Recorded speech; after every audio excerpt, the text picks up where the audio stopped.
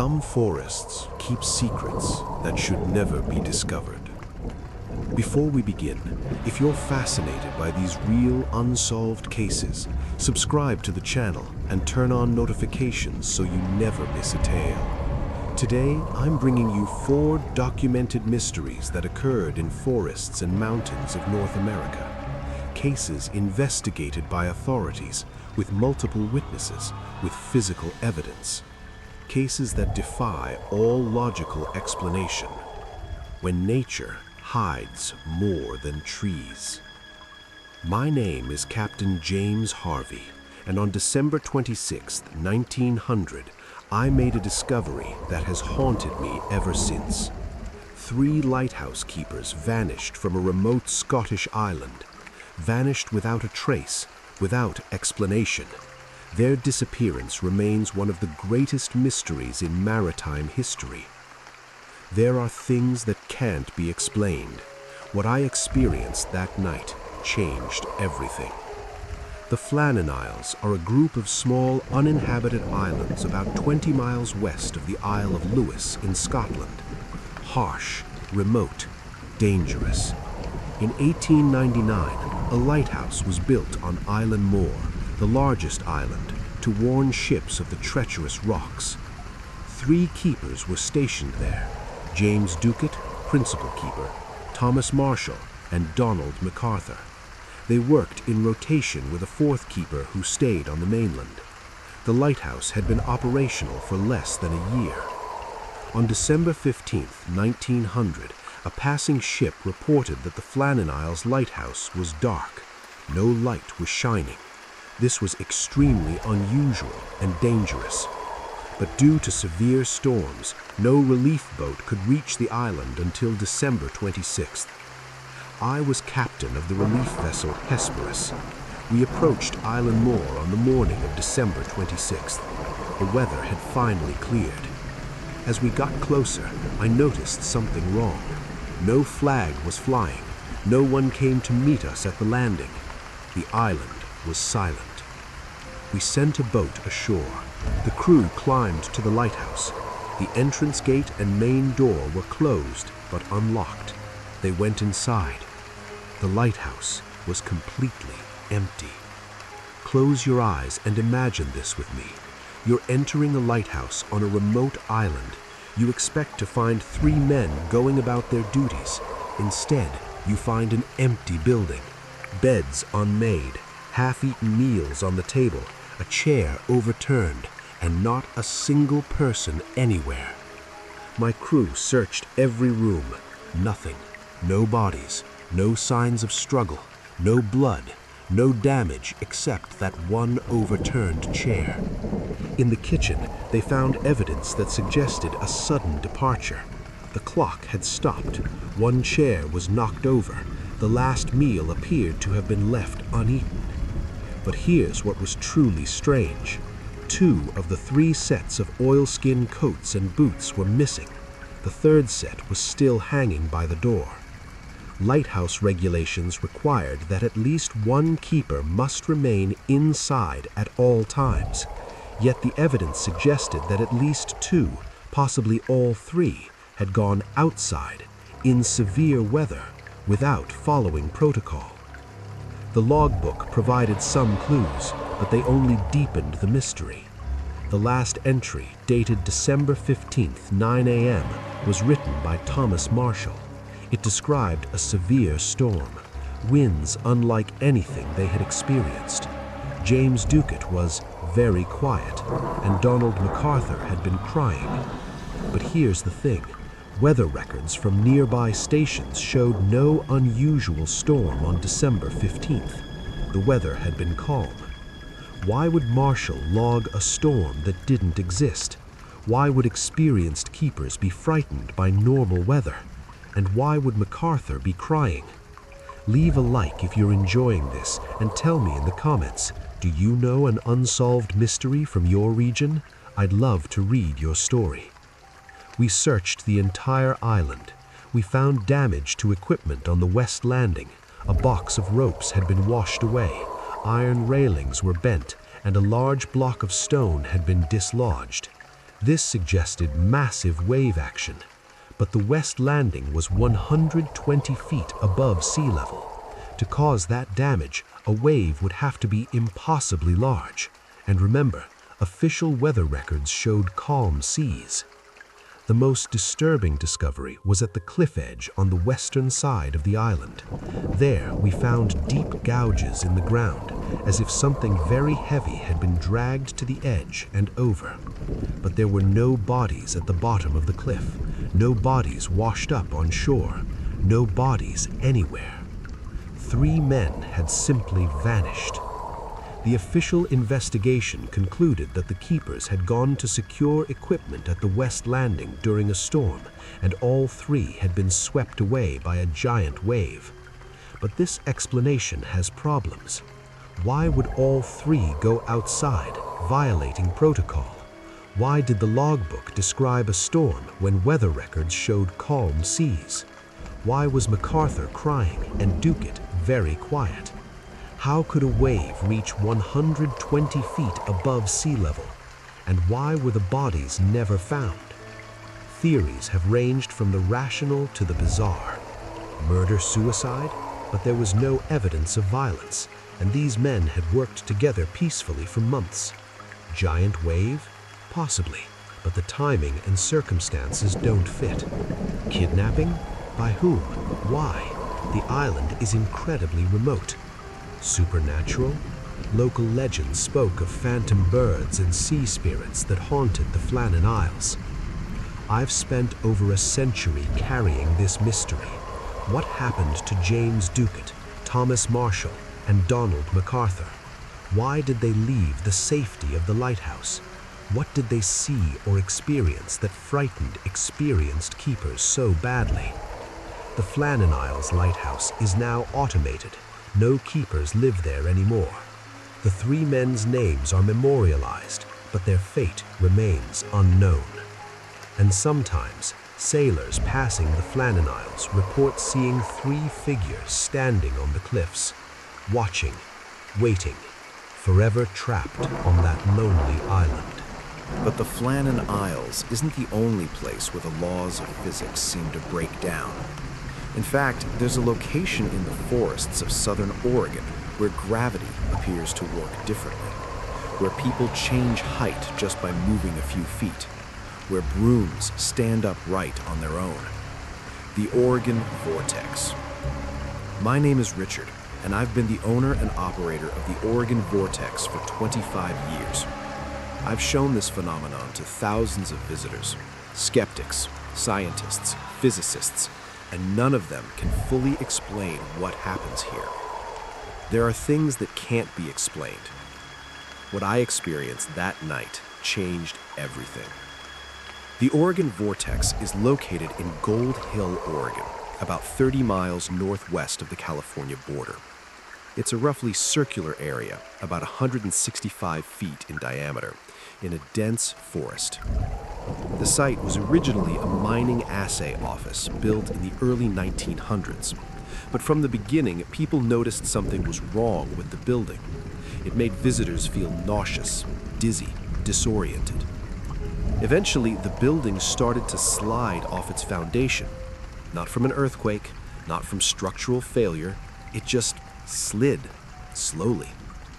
Over the years, it tilted at a severe angle, until finally the owners just gave up and let it be.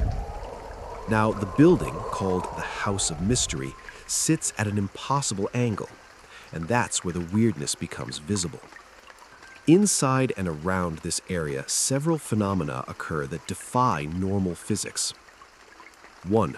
Height changes. 2 people of equal height will appear drastically different heights depending on where they stand. Person A, standing in one spot, might appear 6 inches taller than person B. They switch positions, now B appears taller.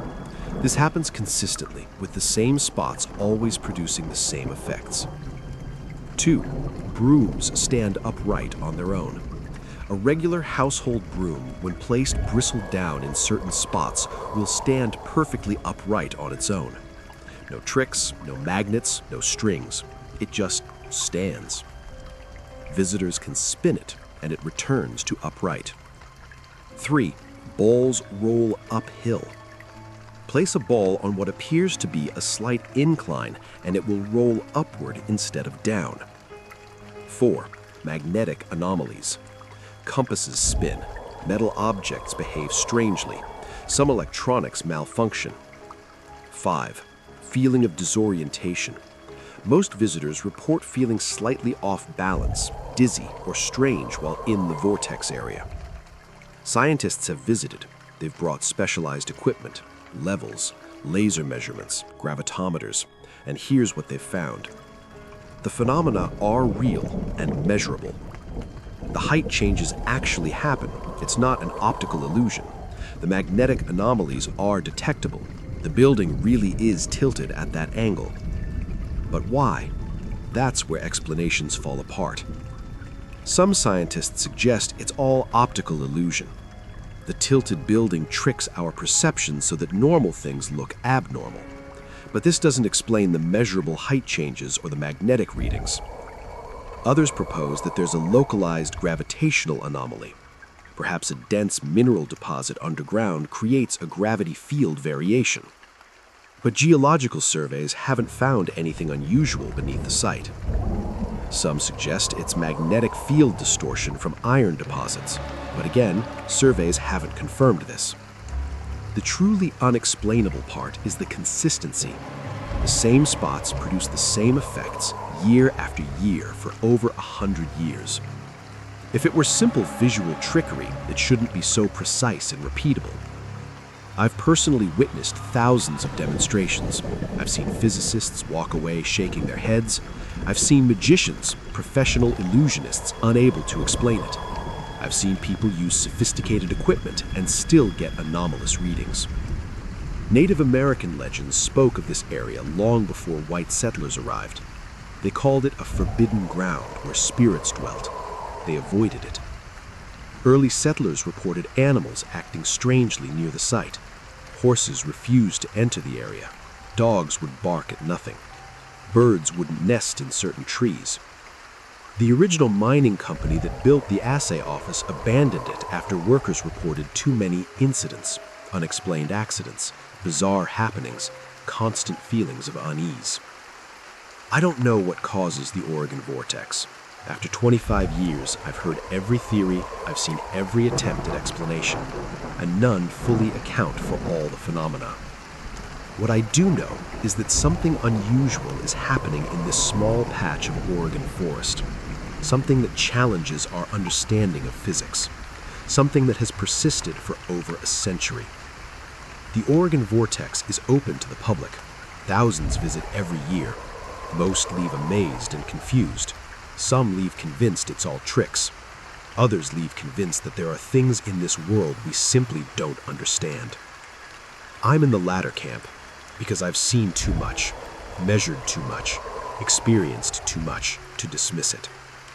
The forest in southern Oregon hides a secret. A small circle with the normal rules don't quite apply. And after a quarter century, I'm no closer to understanding why. Speaking of places in the forest where normal rules don't apply, I need to tell you about a perfectly circular, barren spot in the North Carolina woods where nothing grows, where objects left overnight are thrown outside the circle, where the devil himself is said to walk, the devil's tramping ground. My name is Michael, and I'm a forest ranger in Chatham County, North Carolina. I've monitored the devil's tramping ground for 15 years, and I can tell you with certainty something very strange happens in that circle. There are things that can't be explained. What I experienced that night changed everything. The Devil's Tramping Ground is located about 10 miles west of Siler City, North Carolina.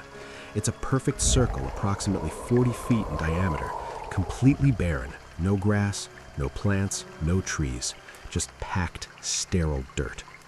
The circle's been there for as long as anyone can remember. Local legends say it's been there for hundreds of years, possibly longer. According to folklore, the devil comes to this spot every night to walk in circles, plotting against mankind.